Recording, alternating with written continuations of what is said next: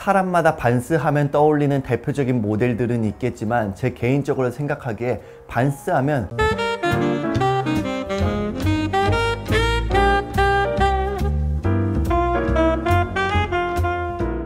안녕하세요, 호호씨입니다. 세계적으로 인기 있는 스니커즈들은 굉장히 많은 것 같은데요, 그 중에서 스케이트보드를 타느냐 안 타느냐에 상관없이 대부분의 사람들은 한 켤레 정도는 가지고 있는 브랜드가 있죠.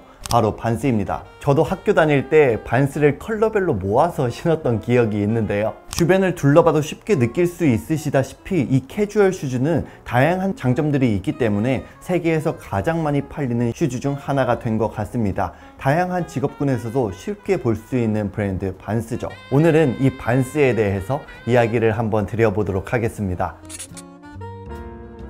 반스에 대해서 알려면 폴 반 도렌이라는 사람을 먼저 이야기할 필요성이 있는데요, 폴 반 도렌은 10대의 학교를 그만둔 뒤에 신발 제조업체였던 브랜디에 취직을 하게 돼요. 청소부터 신발을 만드는 일까지 꾸준히 열심히 일을 하면서 30대 중반의 젊은 나이에 결국 부사장을 맡게 됩니다. 이렇게 젊은 나이에 부사장의 직책을 갖고 있는 사람들을 딱 보면은 모르는 사람들이 보기에도 아, 저 사람의 능력이 대단하구나 이렇게 느끼는 경우가 많잖아요. 마침 한 지역의 랜디 공장이 매달 100만 달러의 손해를 보고 있었거든요. 그래서 폴 반 도렌에게 공장을 되살려줄 수 있냐라는 제안을 회사에서 받게 돼요. 결국 어떻게 됐을까요? 폴 반 도렌은 8개월 만에 그 공장을 되살리게 됩니다. 그래서 폴 반 도렌은 이런 생각을 하게 돼요.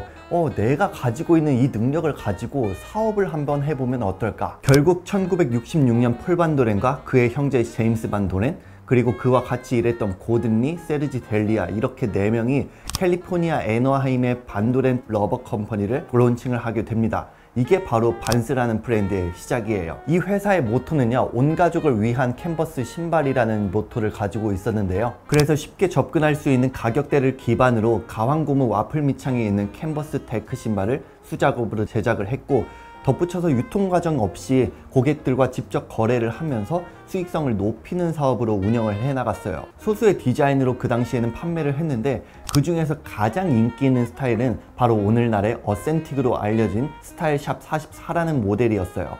이처럼 반스는 처음에는 이름이 없이 번호로 매겨졌습니다. 이 제품의 가격이 얼마였냐면 남성은 4.49달러, 여성은 2.29달러로 측정이 되었는데 이 회사가 오픈 첫날에는 12명 정도가 왔다고 하거든요. 그런데 여기서 재밌는 사건이 하나 발생을 하게 돼요. 사업을 해보셨던 분들은 공감을 하실 텐데, 사업을 런칭하기 전에 엄청나게 많은 준비를 완벽하게 했다고 생각을 해도 론칭을 딱 하면은 분명히 부족한 부분이 생기거든요. 이 폴 반 도렌의 회사 역시 부족한 부분이 생기게 됩니다. 그게 뭐냐면 거스름돈을 바꾸지 않아서 손님에게 거스름돈을 못 주고 있는 거예요. 그래서 그들이 그냥 신발은 집으로 가져가시고 다음날 계산하러 오세요 라는 말을 했다고 그냥 신발을 먼저 줬다고 하는데, 놀라운 사실은 다음날에 모든 손님들이 돈을 가지고 왔다는 겁니다.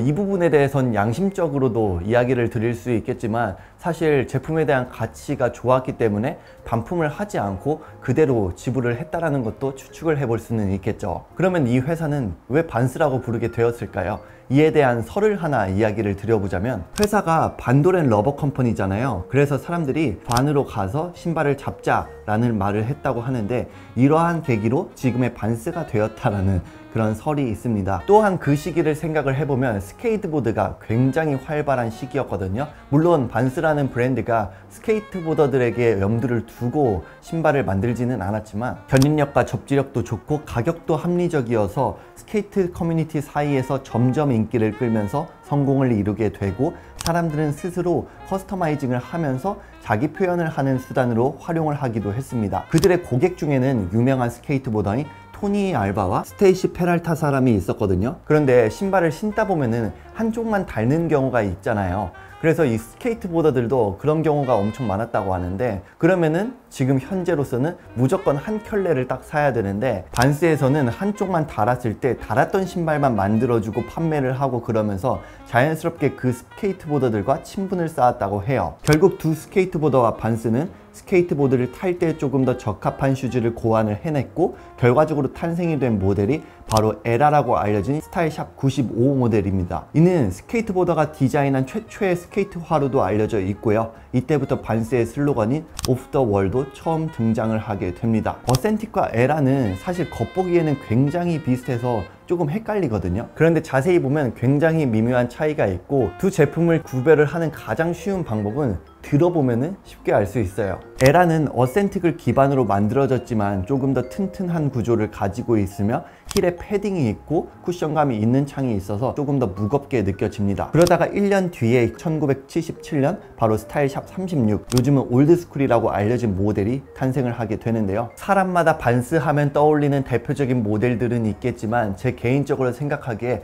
반스 하면 올드스쿨이 떠올라요. 그 이유가 뭐냐면은 물론 대표적으로 어센틱이나 스케이트 하이, 슬립온 등 다양한 모델들도 물론 너무 예쁘지만 반스의 상징적인 로고인 재즈 스트라이프가 시작이 된 모델이기 때문에 아이코닉함을 가지고 있다고 생각이 들어서 반스 하면 올드스쿨이지 않나 라는 생각이 개인적으로는 조금 더 드는 것 같습니다. 이 반스의 로고인 재즈 스트라이프 탄생에 대한 것도 꽤 재밌는데요. 폴반도렌이 어느 날 멍하니 낙서를 하고 있었는데 이게 바로 기존에는 볼 수 없었던 반스의 새로운 스타일을 정의하는 재즈 스트라이프의 탄생으로 알려져 있습니다. 올드스쿨의 특징은 스웨이드와 캔버스 카피, 강화된 톱캡, 그리고 내구성을 높이기 위해 가죽 패널을 차용을 한 최초의 반스의 신발이라는 점인데요. 올드스쿨은 로우 형태의 편안하고 그립감도 좋았기 때문에 스케이팅에도 최적화가 되었고 결과적으로 이 모델은 스케이트보더들이 빠르게 착용하면서 스케이트 씬의 대명사가 되었습니다. 그래서 반스의 브랜딩에 대해서 말할 때는 1977년이라는 연도를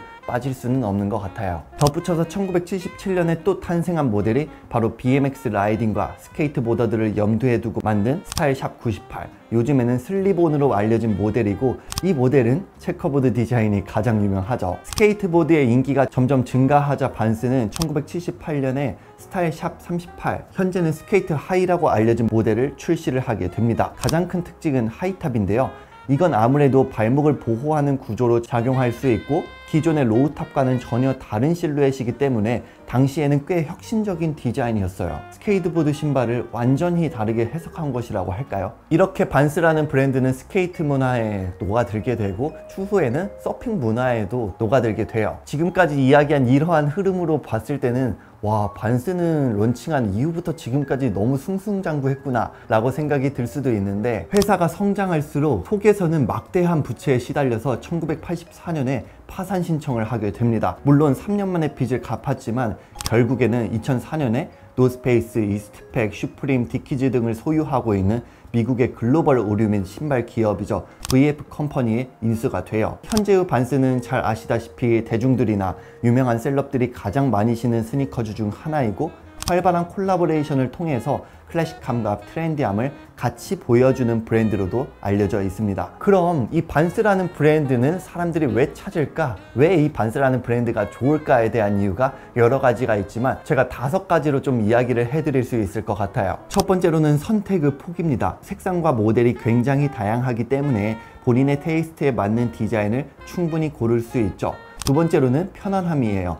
반스는 처음에 신었을 때는 그렇게 편하지 않다라고 느껴질 수도 있는데 이 핏에 익숙해지면 굉장히 편안함을 느낄 수 있어요. 세 번째로는 가격이죠. 대부분의 반스의 제품들은 10만 원 이하로 살 수 있는데 이 점이 굉장히 좋죠.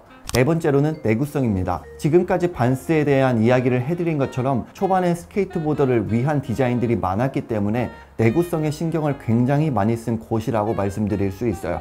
그래서 과격하게만 신지 않는다면 꽤 오래 신을 수 있는 스니커즈라고 말씀드릴 수 있습니다. 다섯 번째로는요, 스타일링입니다. 스트릿한 느낌뿐만 아니라 포멀웨어에 믹스앤매치 하기에도 굉장히 잘 어울리고요. 단순한 디자인으로 여러 스타일링을 연출하는데 큰 무리 없이 좋은 밸런스의 룩을 보여줄 수 있는 아이템이라고 생각을 합니다. 이렇게 반스는 클래식한 궤도에 오르고 있는 그런 슈즈라고도 말씀드릴 수 있을 것 같습니다. 네, 오늘의 영상 여기까지 마치고요. 오늘도 구독과 좋아요, 댓글 꼭 남겨주세요. 감사합니다.